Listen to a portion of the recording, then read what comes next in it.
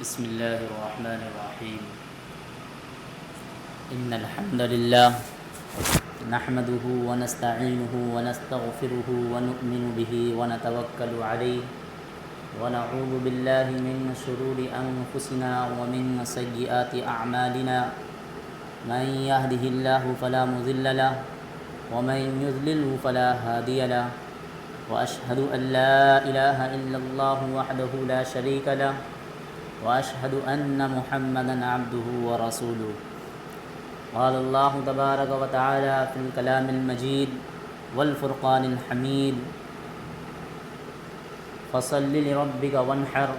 وقال الله تعالى في مقام آخر: لن ينال الله لحومها ولا دماؤها ولكن يناله التقوى منكم، أو كما قال عليه الصلاة والسلام: من وجد ساعة ولم يضحي ولا يحضر مصلانا.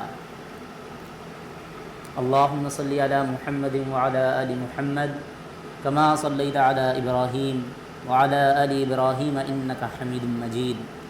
اللهم بارك على محمد وعلى آل محمد كما باركت على إبراهيم وعلى آل إبراهيم إنك حميد مجيد.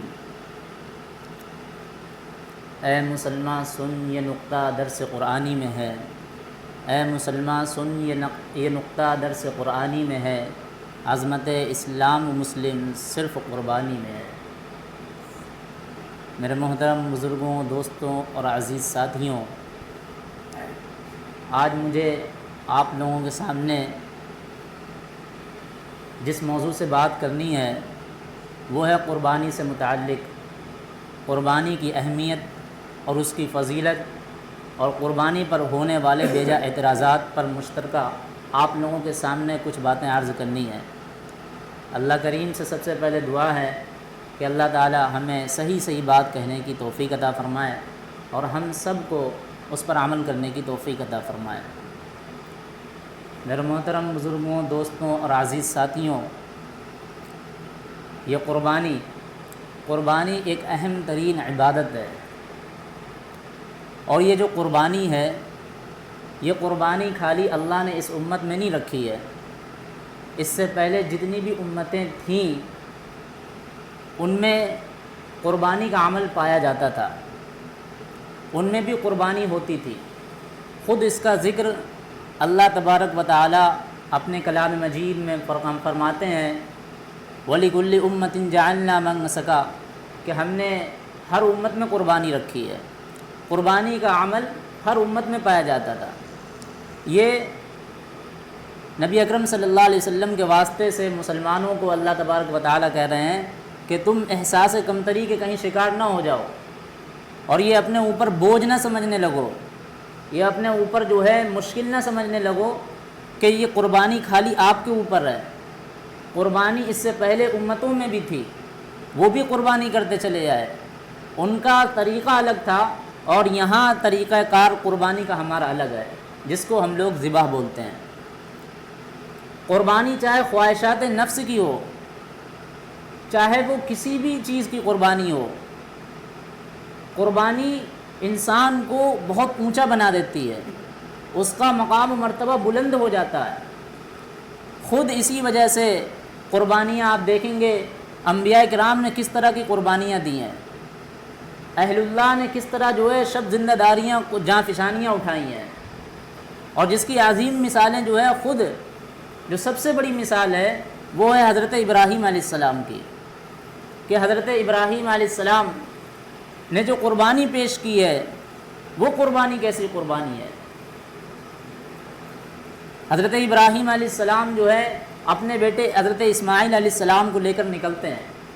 پہلے تو 2-3 دن خواب نظر آتے ہیں، کہتے ہیں فلما بلغ معه السعي قال يا بني اني ارى في المنام. اپنے بیٹے کے پاس جاتے ہیں اور کہتے ہیں میں نے ایک خواب دیکھا ہے، یا بني اني ارى في المنام، میں نے ایک خواب دیکھا ہے، انی اذبحك فانظر ماذا ترى، کہ میں تجھے جو ہے خواب میں ذبح کر رہا ہوں، میں تجھے خواب میں ذبح کر رہا ہوں، یہ میں نے خواب دیکھا ہے. قال يا ابت افعل ما تؤمر، تو اس میں تیری کیا رائے ہے؟ قال يا ابت افعل ما تؤمر. حضرت ابراہیم علیہ السلام اپنے بیٹے اسماعیل علیہ السلام سے پوچھتے ہیں میں نے خواب دیکھا، بیٹا جواب دیتا ہے قال یا ابت افعل ما تؤمر، ابا جان آپ کو جو حکم ملا اس کو کر ڈالیے، ستجدنی انشاءاللہ من الصابرین، انشاءاللہ آپ مجھے صبر کرنے والوں میں سے پائیں گے۔ تو حضرت ابراہیم علیہ السلام حضرت اسماعیل علیہ السلام کو مینا کے میدان میں لے کر چلے جاتے ہیں۔ آپ خود سوچیں یہاں پر حضرت ابراہیم علیہ السلام قربانی پیش کر رہے ہیں اپنے بیٹے حضرت اسماعیل علیہ السلام کی، جو خود جن کے واسطے سے حضرت محمد الرسول اللہ صلی اللہ علیہ وسلم کو بھی اللہ نے نبی بنایا اور بنانا تھا۔ تو یہ حضرت ابراہیم علیہ السلام قربانی پیش کر رہے ہیں۔ کون سے بیٹے؟ ایک تو 99 سال کی عمر ہو چکی ہے، 99 سال کے ہو چکے ہیں، کوئی اولاد نہیں ہے، ہر روز دعا مانگ رہے ہیں رب ہب لی من الصالحین، رب ہب لی من الصالحین، مجھے نیک اولاد عطا کر دے۔ آج بھی ہم لوگوں کو جو دعا مانگنا چاہیے وہ یہی دعا مانگنی چاہیے کہ ہمیں بھی اللہ نیک اولاد عطا کرے، ہماری بھی زندگیوں میں اگر کوئی اولاد ہو تو وہ نیک اولاد ہو، فرما بردار اولاد ہو۔ یہ دعا ہمیں بھی اکثر مانگتے رہنا چاہیے، یہ ایک سبق ہمیں ملتا ہے۔ تو حضرت ابراہیم علیہ السلام ہمیشہ یہی دعا مانگتے تھے رب ہب لی من الصالحین۔ تو اللہ تبارک و تعالیٰ نے ہزار منتوں کے بعد، مرادوں کے بعد حضرت ابراہیم علیہ السلام کو حضرت اسماعیل علیہ السلام عطا کرے۔ جب حضرت ابراہیم علیہ السلام کو اسماعیل علیہ السلام مل گئے، وہاں پر بھی ایک قربانی یہ دینی پڑ گئی کہ اپنے سے اس نور نظر لخت جگر کو الگ کرنا ہے۔ اس کے لیے جو ہے ان کی والدہ حضرت حاجرہ رضی اللہ تعالی عنہا کو، حضرت حاجرہ علیہ السلام کو اور حضرت ابراہیم علیہ السلام اور بیٹے حضرت اسماعیل علیہ السلام کو لے کر جو آج کعبہ بنا ہے، اس سے پہلے وہاں پر جنگل تھا، سخت جنگل تھا، خاردار جھاڑیاں تھیں، کوئی چشمہ نہیں تھا، کوئی پانی نہیں تھا، کوئی آبادی نہیں تھی، اور ایسے میں حکم ہوا کہ آپ کو یہاں پر چھوڑ کر آنا ہے۔ حضرت ابراہیم علیہ السلام کے لیے وہ ایک آزمائش کا کام تھا۔ تو عزیز ساتھیوں، اس طرح سے یہ ایک آزمائش تھی۔ پھر دوسری جو آزمائش میں بتا رہا ہوں وہ سب سے بڑی آزمائش یہی تھی کہ حضرت اپنے بیٹے حضرت اسماعیل علیہ السلام کو قربان کرنا تھا۔ تو جب مینا کے میدان میں لے کر چلے ہیں تو مینا کے میدان میں لے کر پہنچے تھے اور چھری جیسے ہی گردن پر چلانی شروع کری تھی، اس وقت میں اللہ تبارک و تعالیٰ نے خود کہا قد صدقت الرؤیا، آپ نے اپنا خواب سچ کر دکھایا۔ وفدیناہ بذبح نذیر، اور وہیں پر جنت سے ایک دمبا بھیج دیا گیا جو وہ ذبح ہو گیا۔ حضرت اسماعیل علیہ السلام قربانی سے ذبح ہونے سے بچ گئے۔ اس طرح حضرت ابراہیم علیہ السلام نے جو قربانی پیش کری، اور یہ جو قربانی کے جو ادا ہے حضرت ابراہیم علیہ السلام کے لیے ایک بہت بڑی آزمائش تھی۔ اس سے بڑی کوئی آزمائش نہیں ہے کہ ایک باپ اپنے بیٹے کو قربان کرے، اپنے سامنے قربان کرے۔ کوئی دوسرا قربان کرتے تو تب بھی کچھ ہوتا، لیکن یہاں پر خود اپنے آپ قربان کرنا، جب قربان کر دیا تو پھر اللہ تبارک و تعالیٰ نے جنت سے دمبا بھیج دیا، جس کے اور اللہ کو یہ اتنی ادا پسند آئی حضرت ابراہیم علیہ السلام کی کہ آنے والے جتنے بھی مسلمان ہیں، ان جتنے مالدار مسلمان ہیں، ان سب پر قربانی کرنا لازم کر دیا۔ ہر صاحب وسعت پر اس کو جو ہے واجب قرار دے دیا گیا۔ تو عزیز ساتھیوں، جو قربانی کرتے ہیں وہ ہم حضرت ابراہیم علیہ السلام کی یاد کو تازہ کرتے ہیں۔ خود ہمارے نبی علیہ السلام سے ایک مرتبہ صحابہ کرام نے پوچھا قربانی کیا ہے؟ قال ما هذه الاضاحی، یا رسول اللہ صلی اللہ علیہ وسلم قربانی کیا ہے؟ ہمارے نبی اکرم صلی اللہ علیہ وسلم نے فرمایا ان هذه الاضاحی سنت ابیکم، یہ تمہارے باپ حضرت ابراہیم علیہ السلام کی سنت ہے۔ خود وہاں پر صحابہ کرام موجود تھے، انہوں نے پوچھا قالوا وما لنا فیہا، اس میں ہمارے لیے کیا ہے؟ ہم یہ جو قربانی کریں، اتنے قیمتی جانوروں کا نذرانہ اللہ کی بارگاہ میں پیش کریں، ہمارے لیے اس میں کیا موجود ہے؟ قالوا وما لنا فیہا، اس میں ہمارے لیے کیا ہے؟ تو نبی اکرم صلی اللہ علیہ وسلم نے فرمایا قال بکل شعرۃ حسنہ، اس کے ہر بال کے بدلے میں ایک نیکی ہے۔ پھر وہیں پر صحابہ بیٹھے ہوئے تھے، پوچھا فصو، اون میں کیا ہے، یعنی اونٹ میں کیا ہے؟ تو اس میں بھی بتایا قال بکل شعرۃ فالصوف من الحسنہ، کہ اونٹ میں بھی نیکیاں ہیں، اس کے بال کے برابر نیکی ہے۔ یعنی وہاں پر اون کا لفظ استعمال ہوا ہے، جس طرح ہم لوگ جو ہے مینڈا یا اور جانور ہوتے ہیں اس کے اوپر، جسم کے اوپر بال ہوتے ہیں، لیکن اسی طرح جو اونٹ ہوتی ہیں یا اور بھی جانور ہوتے ہیں، بکریوں کے طریقے سے ان کے اوپر بال نہیں ہوتے، اون ہوتے ہیں۔ تو وہاں پر پوچھا کہ اس اون کے بدلے کیا ملے گا؟ تو وہاں پر بھی فرمایا ہر بال کے بدلے ایک نیکی ملے گی۔ اب عزیز ساتھیوں، خود سوچنا ہے کہ ایک بال جانور پر کتنے بال ہوتے ہیں؟ ہم لوگ گننا ہمارے لیے بہت مشکل ہے، ہم گن ہی نہیں سکتے ان بالوں کو، اور ہر بال کے بدلے ہم لوگوں کو ایک نیکی مل رہی ہے۔ اور خود جو ہے نبی اکرم صلی اللہ علیہ وسلم خود سوچیں یہ قربانی کتنی بڑی عبادت ہے، نبی علیہ الصلوۃ والسلام کے عمل سے اس کی فضیلت اور اہمیت کتنی اجاگر ہوتی ہے۔ نبی اکرم صلی اللہ علیہ وسلم نے ہر سال قربانی کا عمل پیش کرا، ہر سال قربانی کی عبادت سے جو ہے فیضیاب ہوئے ہیں، ہر سال قربانی کری ہے۔ اور خود ہمارے نبی علیہ الصلوۃ والسلام زندگی میں ایک بھی بار صاحب وسعت نہیں ہوئے، ایک بھی بار آپ کے پاس اتنا مال نہیں آیا ہے جو صاحب نصاب ہو جائے اور قربانی کی جو مقدار ہے وہ مقدار تلک نہیں پہنچے، لیکن پھر بھی اس کے باوجود ہر سال قربانی کرتے تھے، ہر سال قربانی کا نذرانہ پیش کرتے تھے۔ ہمارے نبی سے خود اس عمل کی جو کتنی تاکید ملتی ہے کہ قربانی ہم لوگوں کو کرنا چاہیے، اس سے محروم نہیں ہونا چاہیے۔ اللہ کریم سے ہم لوگوں کو دعا بھی کر لینا چاہیے، نیت ہو جائے ہماری کہ انشاءاللہ اس بار تو نہیں ہے لیکن اگلی بار ہم قربانی کی دولت سے مالا مال ہوں گے۔ تو عزیز ساتھیوں، بتلانے کا مقصد یہ ہے کہ نبی اکرم صلی اللہ علیہ وسلم خود جو ہے 2 مہینے آپ کے گھروں میں چولہا نہیں جلتا تھا، 2 مہینے۔ خود آپ کو بتائیں کہ نبی اکرم علیہ الصلوۃ والسلام نے ایک دن میں 2 ٹائم کبھی پیٹ بھر کھانا نہیں کھایا، لیکن اس کے باوجود ہر سال قربانی کرتے تھے۔ صحابہ اکرام کو اس کی تاکید کیا کرتے تھے کہ بڑھ چڑھ کر قربانی میں حصہ لیں، اور جبکہ اس وقت کا جو دور ہے وہ ایسا دور تھا جہاں پر شر پسندوں نے، فرقہ پرست طاقتوں نے، یعنی کفار مکہ نے ہر طرف سے جو ہے پریشان کرنا تھا۔ ایسے دور میں جہاں پر صحابہ کچھ مالدار تھے، ان کو جہاد وغیرہ میں بھی پیسے دینا تھے، کچھ ساز و سامان کے ہتھیار بھی خریدنے تھے، لیکن ایسے میں بھی نبی اکرم صلی اللہ علیہ وسلم قربانی کا ان کو بڑھ چڑھ کر بتاتے تھے، کہتے تھے قربانی بڑھ چڑھ کر اس میں حصہ لو۔ تو اس سے نبی اکرم علیہ الصلوۃ والسلام کے عمل سے قربانی کی فضیلت اور اہمیت ہم لوگوں کے سامنے اجاگر ہوتی ہے۔ اور عزیز ساتھیوں، خود نبی اکرم صلی اللہ علیہ وسلم نے فرمایا کہ جو قربانی نہیں کرے گا، ابھی میں نے آپ لوگوں کے سامنے جیسا کہ حدیث پڑھی ہے وہ یہی پڑھی تھی، من کان وسعۃ ولم یضحی فلا یحضر مصلانا، کہ ہمارے اندر یعنی جو ہم میں سے صاحب نصاب ہے، قربانی فرض ہے، وسعت اس کے پاس قربانی کی ہے، طاقت ہے اس کے پاس قربانی کی، اتنا مال و دولت ہے اس کے پاس قربانی کرنے کی، لیکن اگر وہ قربانی نہیں کرتا ہے تو ہمارے نبی نے صاف بتایا فلا یحضر مصلانا، کہ وہ ہماری عیدگاہ کے بھی قریب نہ بٹکے، ہماری عیدگاہ کے بھی نہ قریب بٹکے، ایسی وعید فرمائی ہے۔ تو عزیز ساتھیوں، ہمارے اندر آج تو ایسا کوئی نہیں ہے کہ ہم جو ہے 2 ٹائم کھانا نہیں کھا پا رہے ہوں یا 3 ٹائم کھانا نہ کھا پا رہے ہوں، ہر وقت ہم بھی کھانا کھا رہے ہیں، جو جیسے حالات تھے ویسے اب حالات نہیں ہیں۔ تو اس لیے عزیز ساتھیوں، ہمیں بھی نیت کرنا ہے کہ ہر سال قربانی کریں۔ اور خود جو ہے امی عائشہ رضی اللہ تعالیٰ عنہ فرماتی ہیں کہ اللہ کو قربانی کے دنوں میں قربانی کے عمل سے زیادہ کوئی عبادت ہی نہیں پسند ہے، کوئی عبادت نہیں پسند ہے قربانی کے سوائے۔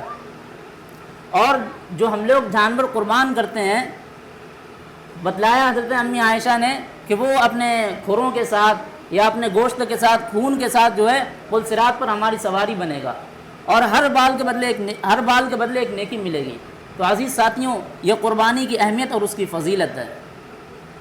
اور میں نے جیسا کہ ابھی قرآن میں ایک آیت پڑھی ہے، فصلی ربک وانحر، اللہ تبارک و تعالیٰ نے حکم فرمایا کہ اپنے رب کے لیے نماز پڑھیے اور قربانی کریے۔ یہاں پر جو فصلی لربک ہے، وہاں پر مراد جو ہے وہ عید الاضحیٰ کی نماز مراد ہے، اور وانحر سے مراد قربانی ہے۔ لیکن یہاں پر ایک بات اور دھیان آ گئی کہ ہم لوگوں کو عید کی نماز جو ہے وہ عیدگاہ میں ہی پڑھنی چاہیے، کیونکہ یہ ایک بڑی سنت ہے اور شاعر اسلام میں سے ہے۔ وہاں پر ایک موقع ملتا ہے سال میں 2 بار جانے کا، لیکن ہم ایسی سنتوں سے بھی محروم ہوتے جا رہے ہیں، ایسی بڑی سنت سے بھی ہم لوگ محروم ہوتے جا رہے ہیں۔ تو اس لیے عزیز ساتھیوں، یہی ایک گزارش ہے کہ ہم عید اور بقرعید کی نماز عیدگاہ میں ہی پڑھا کریں۔ جو معذور ہیں ان حضرات کے لیے مسجد، ایک مسجد متعین ہو جائے بہت ہے، جگہ جگہ مسجد متعین نہیں ہونی چاہیے۔ تو بات جو عرض کر رہا تھا وہ یہ کہ قربانی اس قدر اس کی فضیلت اور اہمیت ہے، اور اللہ تبارک و تعالیٰ خود قرآن میں فرماتے ہیں لن ینال اللہ لحومها ولا دماؤها، کہ نہ تو اس کو تمہارا خون پہنچتا ہے نہ ہی تمہارا اس کا گوشت پہنچتا ہے، ولکن ینال التقوی، اس کو صرف اور صرف تمہارا تقوی پہنچتا ہے۔ تو عزیز ساتھیوں، عبادت چاہے کوئی سی بھی ہو، کوئی سی بھی عبادت ہو، ہر عبادت کی جو روح ہے وہ صرف اور صرف تقوی ہے، وہ صرف اور صرف اخلاص ہے، وہ صرف اور صرف خلوص ہے۔ اگر ہماری یہ عبادت کسی ریاکاری کے لیے، دکھلاوے کے لیے، نام و نمود کے لیے، شہرت کے لیے ہے، تو پھر یاد رکھو ان عبادتوں کی کوئی وقعت نہیں ہے، کوئی حیثیت نہیں ہے۔ اس لیے عزیز ساتھیوں، ہمیں خلوص کے ساتھ، اخلاص کے ساتھ قربانی کرنی ہے۔ اور جو ہماری آگے کی جو باتیں تھیں وہ یہ تھی کہ اس وقت جو ہے کچھ غیروں کی طرف سے اعتراضات اٹھائے جاتے ہیں قربانی کو لے کر کے، قربانی پر بیجا اعتراضات کیے جاتے ہیں۔ اگر وقت رہتے اگر ہم ان سب باتوں کے جوابات نہیں دے پائیں گے تو پھر ہم لوگوں کے اندر بہت کمی رہ جاتی ہے، کیونکہ ایک تو ہم مسلمان شریعت سے ناواقف ہیں، شریعت سے ہمارے اندر واقفیت نہیں ہے، ہمارے اندر جہالت بھری ہوئی ہے۔ ایسے میں کوئی اگر میڈیا پر آ کر کے یا کوئی سوشل میڈیا پر آ کر کے ہمارے ہی مذہب کے خلاف اگر کچھ شاعر اسلام کی کچھ باتیں بول دے تو ہم بھی اس کے باتوں میں آ جاتے ہیں اور بولنے لگتے ہیں کہ ہاں یہ ہمارے مذہب میں تھوڑی سی شدت پسندی ہے، ہمارے مذہب میں یہ عمل جو ہے اچھا نہیں ہے، ہمارے مذہب میں یہ فلاں عمل اچھا نہیں ہے، اس طرح کی باتیں ہم بھی کرنے لگتے ہیں۔ حالانکہ عقل سے شریعت نہیں ہے، جہاں پر ہماری عقل ختم ہوتی ہے، انسانوں کی جہاں پر عقل ختم ہوتی ہے وہاں پر شریعت کی عقل شروع ہوتی ہے، انبیاؤں کی عقل شروع ہوتی ہے۔ اس لیے عزیز ساتھیوں، ہر چیز کو عقل سے نہیں سمجھا جا سکتا، شریعت میں ہر چیز عقل سے نہیں ہے، شریعت میں جو ہمیں رہنمائی ملی ہے ہمیں اس پر جمنا ہے، اس پر عمل کرنا ہے، ہر چیز کو عقل سے نہیں ڈھونڈ سکتے۔ آپ مثال کے طور پر لے لیجئے، وہ اگر جیسے اعتراض کریں کہ جو ہے ایک خنزیر ہے وہ کہیں کہ تم خنزیر کی جو ہے قربانی کیوں نہیں کرتے ہو شریعت میں، جبکہ یہ ساری چیزیں کیا ہمارے لیے حرام ہے، ان کی قربانی نہیں ہو سکتی ہے۔ قربانی کیا، ان کا جو ہے ذرا سا چھلنا، ان کا ذرا سا آنا، وہ ساری چیزیں حرام ہیں، مکروہ ہیں، تو قربانی نہیں ہو سکتی ہے۔ اب وہ پوچھیں وجہ کیا اس کی، تو ہم انہیں وجہ سمجھا پائیں گے؟ نہیں سمجھا پائیں گے، کیونکہ عقل ہماری وہاں تک نہیں جا پائے گی۔ تو جہاں پر عقل نہیں پہنچتی وہاں پر شریعت ہماری رہنمائی کرتی ہے۔ اب وہ پوچھیں کیوں نہیں اس کی قربانی ہے، تو ہم بتائیں گے کہ یہ جو غلاظت کھاتا ہے، گندگی کھاتا ہے، اس کی فطرت میں بے حیائی ہے، اس کی فطرت میں آوارگی ہے، یہ ایسا جانور ہے جو انتہائی غلیظ ہے، اور ماہرین بھی ڈاکٹر کہتے ہیں کہ اب تو اس کے منہ سے اس کے جو ہے مہلک جراثیم ہیں، اس کے تھوک میں، اس کے لعاب میں وہ گندگی ہے، وہ جراثیم ہے۔ اس لیے عزیز ساتھیوں، وہ پوچھیں کہ نہیں یہ کیا کھاتا ہے، تو وہ گندگی کھاتا ہے۔ بے حیائی کیسے ہے؟ بے حیائی اس کے اندر ایسی ہے کہ جب یہ جوان ہوتا ہے تو سب سے پہلے اپنی ماں سے زنا کرتا ہے، تو جب ہم اس کا اگر قربانی کریں گے، اس کا گوشت کھائیں گے تو ہمارے اندر بھی بے حیائی پیدا ہوگی۔ تو اب وہ کہیں گے نہیں، ہم چلو اس کو جو ہے بریانی کھلا دیں، مٹن کھلا دیں یا اور پاک چیزیں کھلا دیں، تو پھر عزیز ساتھیوں ایسے بات نہیں بن پائے گی۔ شریعت نے ہماری رہنمائی کر دی ہے کہ بس اب ہمیں یہیں پر رک جانا ہے۔ تو اس لیے عزیز ساتھیوں، اپنی عقل نہیں دوڑانا ہے، عقل سے کوئی فیصلے نہیں ہو سکتے ہیں۔ جو شریعت نے ہماری رہنمائی کر دی اس پر ہمیں عمل کرنا اور جمنا ہے۔ تو جو بات سمجھانا تھی وہ یہ تھی کہ جو غیروں کے اعتراضات ہوتے ہیں وہ ہم بھی انہی کی باتوں میں آ کر کے ماننے لگتے ہیں۔ مثال کے طور پر جیسے انہوں نے کہا یہ جانور جو ہے یہ پیسوں کی زیادتی ہے بقرعید پہ، ایک تو ان کے پاس کوئی کام نہیں ہوتا ہے، کوئی کام نہیں ہوتا، وہ بس یہ دیکھتے ہیں کہ ہمیں کیسے شہرت ملنا چاہیے۔ اصل میں یہ لوگ اعتراضات اس لیے ہی کرتے ہیں کیونکہ ان کے پاس کوئی کام نہیں ہے۔ اعتراضات اس لیے کریں تاکہ ہمیں بھی کچھ بلندی مل جائے، ہمیں بھی کچھ شہرت مل جائے، ہماری بھی کچھ دکان چل جائے۔ تو وہ اسلام کے خلاف آئے دن کچھ نہ کچھ بولتے رہتے ہیں۔ تو اتنی ساری قربانیاں ہوتی ہیں بقرعید کے موقع پر، اس پر جب بقرعید آتی ہے، فیسٹیول آتا ہے، مسلمانوں کا قربانی ہوتی ہے، تو اس وقت میں ہر کسی کے منہ کھلنے لگتے ہیں، پھٹنے لگتے ہیں، بولنے لگتے ہیں یہ قربانی جو ہے ظلم ہے، زیادتی ہے، بے رحمی ہے، ان کے اندر رحم نہیں ہے، اس طرح سے وہ ساری باتیں ہونے لگتی ہیں۔ تو عزیز ساتھیوں، ہمیں ان کے بہکاوے میں نہ آنا ہے، ہمیں ان کے بہکاوے میں بالکل نہیں آنا ہے۔ یہ قربانی جب ہمارے اوپر واجب ہے تو ہمیں کرنا ہے۔ یہ بتائیں یہ دنیا جو ہے بنائی ہے کس نے بنائی ہے؟ اللہ رب العزت نے بنائی ہے۔ ساری کائنات کا مالک خالق کون ہے؟ اللہ رب العزت ہے۔ تو اللہ رب العزت نے ہمیں خود حکم دیا ہے کہ تم ہماری راہ میں ہمارے لیے اپنی قربانیاں پیش کرو، تو ہم قربانی پیش کرتے ہیں۔ جب اللہ نے ہمیں حکم دیا ہے تو پھر یہ کیسے ظلم ہو جائے گا؟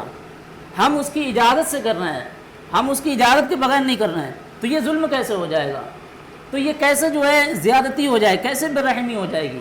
اور عزیز ساتھیوں، یہ قربانی چھوڑ کر کے آپ بات کریں، اتنے علاوہ دیگر جو ہے چیزیں بنتی ہیں۔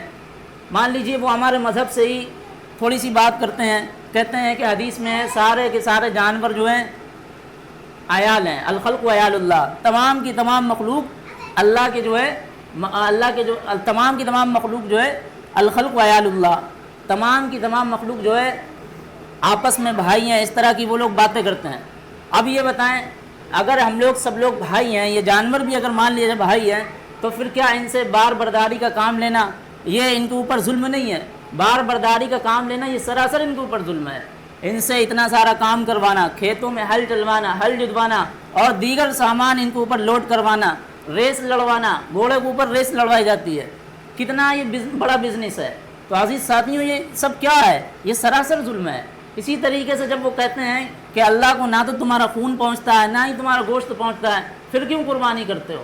پھر کیوں تم قربانی کرتے ہو؟ ایک تو انہوں نے صحیح سے اسٹڈی نہیں کری، ایک تو ہمارے مذہب کے بارے میں ابھی جیسے کہ میں نے آیت پڑھی تھی فصلی ربک ونحر، یہاں پر صاف صاف اللہ نے کہا قربانی کریں اور نماز پڑھیں، لیکن وہ پھر بھی کہتے ہیں کہ ایک جگہ پہ لکھا ہوا اور حقیقت یہی ہے، یہاں پہ اللہ تبارک و تعالیٰ فرما رہا ہے کہ نہ ہی تمہارا خون پہنچا نہ ہی گوشت پہنچتا ہے، تمہارا تقویٰ پہنچتا ہے۔ تو عمل جو ہمارا ہے وہ ہونا چاہیے، عمل ہی اللہ کو پہنچتا ہے۔ اس کی مثال ایسے ہی ہے جیسے ہم جو ہے اپنے ایک بچے سے کہیں ہم خوش جبھی ہوں گے جب آپ جو ہے صحیح طریقے سے پڑھیں گے، آپ جو ہے اچھے سے پڑھ کے دیں گے، ہم خوش ہوں گے۔ اب آپ مجھے بتائیں وہ جو پڑھے گا اس سے ہمیں کیا فائدہ ہوگا؟ کوئی فائدہ ہے؟ اس سے ہمیں کوئی فائدہ نہیں، اس کی نالج بڑھے گی، ہمارا کیا بڑھے گا؟ کچھ نہیں بڑھے گا۔ لیکن ایک خوش ہونے کا کیا مطلب ہے؟ خوش ہم جب ہوں گے جب وہ پڑھے گا۔ تو عزیز ساتھیوں ایسے ہی یہاں پر ایک عمل محذوف ہے جو اللہ تبارک و تعالیٰ کہہ رہے ہیں کہ تم جب یہ قربانی کرو گے تو صرف اور صرف تمہارا عمل ہمیں پہنچے گا۔ تو عزیز ساتھیوں یاد رکھو یہ انسان کی ایک فطرت ہے گوشت کھانے کی، کیونکہ خود اللہ تبارک و تعالیٰ نے انسان کی جو باڈی بنائی وہ کیسی بنائی ہے؟ اگر ہم غور کریں گے تو ہمارے اندر جو ہے نکیلے دانت بھی ہیں، ہمارے پاس گول داڑے بھی ہیں۔ اب آپ خود بتائیں یہ نکیلے دانت کس لیے ہوتے ہیں؟ یہ گوشت ہی کھانے کے لیے ہوتے ہیں۔ بکری کے کہیں نکیلے دانت ہیں، کہیں گائے کے نکیلے دانت ہیں؟ نہیں ہے، یہ گھاس کھاتی ہیں۔